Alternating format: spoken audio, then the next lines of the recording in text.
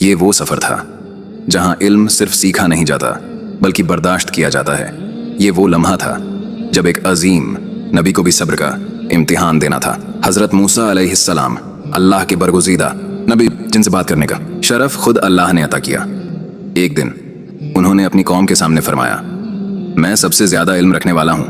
یہ بات سچ تھی مگر مکمل سچ نہیں تھی، کیونکہ اللہ نے چاہا کہ اپنے نبی کو ایک اور حقیقت دکھائے۔ اللہ نے وہیں فرمائی، میرے ایک بندے کے پاس وہ علم ہے جو تمہارے پاس نہیں۔ یہ سن کر موسیٰ علیہ السلام کے دل میں جستجو پیدا ہوئی۔ انہوں نے کہا، اے میرے رب، میں اس شخص سے ملنا چاہتا ہوں۔ اور یوں شروع ہوا ایک ایسا سفر جو صرف قدموں کا نہیں بلکہ صبر کا سفر تھا۔ موسیٰ علیہ السلام اپنے نوجوان ساتھی کے ساتھ نکلے۔ ان کے پاس ایک مچھلی تھی جو اس بات کی نشانی تھی کہ جہاں یہ مچھلی گم ہو جائے گی وہیں ان کی منزل ہوگی۔ دن گزرتے گئے، سفر لمبا ہوتا گیا۔ پھر ایک مقام آیا جہاں وہ آرام کے لیے رکے، اور وہیں ایک عجیب واقعہ ہوا۔ مچھلی زندہ ہو گئی اور خاموشی سے پانی میں چلی گئی، مگر موسیٰ علیہ السلام کو اس کا علم نہ ہو سکا۔ جب وہ آگے بڑھے تو تھکان نے انہیں گھیر لیا۔ انہوں نے اپنے ساتھی سے کہا، کھانا لاؤ۔ تب اسے یاد آیا، مچھلی تو وہیں زندہ ہو کر نکل گئی تھی۔ یہی وہ نشان تھا۔ وہ فوراً واپس لوٹے اور وہاں ایک شخص کو پایا، خاموش، پرسکون اور عام نظر آنے والا، مگر حقیقت میں وہ عام نہ تھا۔ وہ تھے حضرت خضر علیہ السلام۔ موسیٰ علیہ السلام نے ادب سے کہا، کیا میں آپ کے ساتھ رہ سکتا ہوں تاکہ آپ مجھے وہ علم سکھائیں جو آپ کو دیا گیا ہے؟ خضر علیہ السلام نے گہری نظر سے دیکھا اور کہا، تم میرے ساتھ صبر نہیں کر سکو گے۔ مگر موسیٰ علیہ السلام نے کہا، انشاءاللہ آپ مجھے صبر کرنے والوں میں پائیں گے۔ خضر علیہ السلام نے کہا، جو کچھ میں کروں اس پر سوال نہ کرنا جب تک میں خود نہ بتاؤں۔ موسیٰ علیہ السلام نے وعدہ کیا۔ وہ دونوں ایک کشتی میں سوار ہوئے۔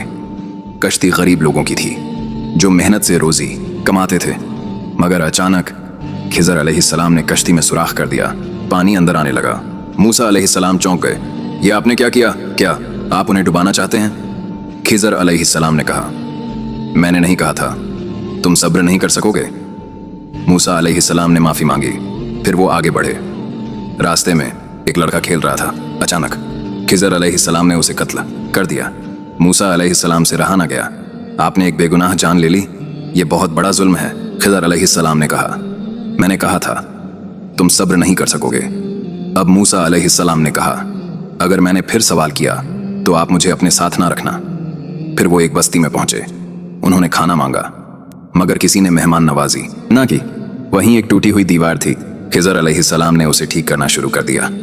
موسیٰ علیہ السلام نے کہا، یہ لوگ ہمیں کھانا بھی نہیں دیتے اور آپ ان کے لیے کام کر رہے ہیں۔ آپ چاہتے تو اس کا محنت تانہ لے سکتے تھے۔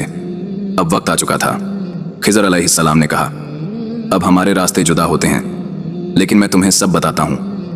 وہ کشتی غریب لوگوں کی تھی اور آگے ایک ظالم بادشاہ تھا جو ہر اچھی کشتی چھین لیتا تھا۔